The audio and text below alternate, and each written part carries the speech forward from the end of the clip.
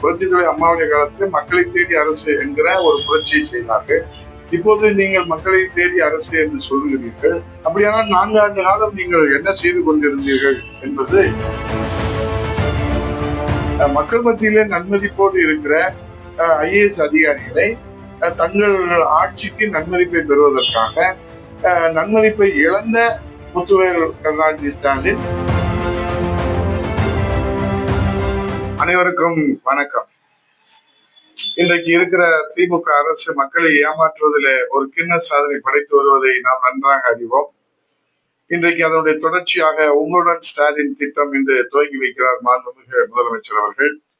அப்படியானால் மக்களுடன் முதல்வர் என்று ஏற்கனவே துவங்கிய அந்த திட்டம் காலாவதி ஆகிவிட்டதா, அல்லது மக்களுடைய கவனத்தை பெறவில்லையா, அல்லது மனுக்களுக்கு தீர்வு காணவில்லையா, அல்லது ஏற்கனவே பேரறிஞர் பிள்ளை அண்ணாவுடைய காலத்தில் இருந்து மக்கள் தொடர்பு முகாம் என்கிற மக்கள் குறைந்திருக்கிற முகாம், முதலமைச்சர் சிறப்பு குறைந்திருக்கிற முகாம், திங்கட்கிழமை தோறும் நடைபெறும் மக்கள் குறைந்திருக்கிற முகாம், முதலமைச்சர் சிறப்பு குறைந்திருக்கிற முகாம் செயல்படுகிறதா இல்லையா, புரட்சித் தலைவர் அம்மாவுடைய காலத்திலே ஒரு வருவாய் கிராமத்திற்கு வட்டாட்சியர் அலுவலகத்தை கொண்டு சென்று காலையில பெற்ற மனுக்களுக்கு மாலையில தீர்வு காண்கிற அம்மா திட்ட முகாம், புரட்சித் தலைவர் எடப்பாடியாருடைய காலத்திலே முதலமைச்சர் சிறப்பு குறைந்திருக்கிற முகாம். இப்போது இந்த முகாமுடைய திட்டங்கள் எல்லாம் என்ன ஆயிட்டது, அல்லது 4 வருடங்கள் நீங்கள் என்ன மக்களுக்கு இந்த குறைதீர்ப்பு முகாம்களே எதுவுமே செய்யவில்லை என்கிற ஒப்புதல் வாக்கு மூலமா, ஆக பெயர்களை அறிவித்து அதற்கு விளம்பரம் தேடுகிறதை விட ஏற்கனவே நடைமுறையில் இருக்கிற அந்த திட்டங்களின் வாயிலாக மனுக்களை பெற்ற அரசு அதற்கு தீர்வு காணுமா? புரட்சித்துறை அம்மாவுடைய காலத்தில் மக்களை தேடி அரசு என்கிற ஒரு புரட்சியை செய்தார்கள். இப்போது நீங்கள் மக்களை தேடி அரசு என்று சொல்லுகிறீர்கள். அப்படியானால் 4 ஆண்டு காலம் நீங்கள் என்ன செய்து கொண்டிருந்தீர்கள் என்பது மக்கள் இன்றைக்கு கேள்வியாக கேட்கிறார்கள். இதிலேதான் உங்களுடைய ஃபெயிலியர் மாடல் அரசு என்பதற்கு ஒப்புதல் வாக்கு மூலமாக நேற்றைய தினம் மாண்புமிகு முதலமைச்சர் அவர்கள் ஒரு அறிவிப்பை வெளியிட்டிருக்கிறார்கள். அதை மாண்புமிகு எதிர்கட்சி தலைவர் வருங்கால முதலமைச்சர் புரட்சித் தலைவர் ஐயா எடப்பாடியார் அவர்கள் ஒரு கேள்வியை முன்வைத்திருக்கிறார்கள்.